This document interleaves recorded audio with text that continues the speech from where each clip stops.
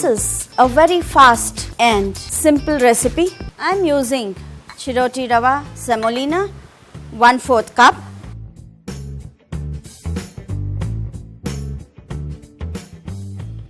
I am adding sour curd and 2 cups of water. I will just mix this before I start. To the pan, I am adding in oil. Going to add mustard. When it is crackling, I am going to add in Urad dal and Channa dal. I am going to add in the green chilies and few curry leaves.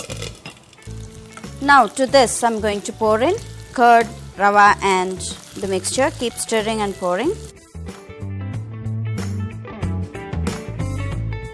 Some salt to taste. In this recipe, if you are in a hurry, you can eat it like this, or you can even add onions to it. Sometimes I prefer sauteing onions separately and adding to this.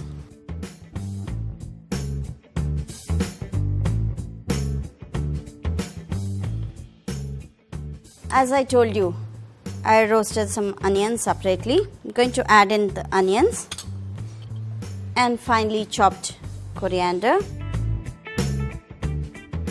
Mix it well and ready to eat. Just scoop it in a bowl and the food is ready to eat. Yummy curd upma ready to eat.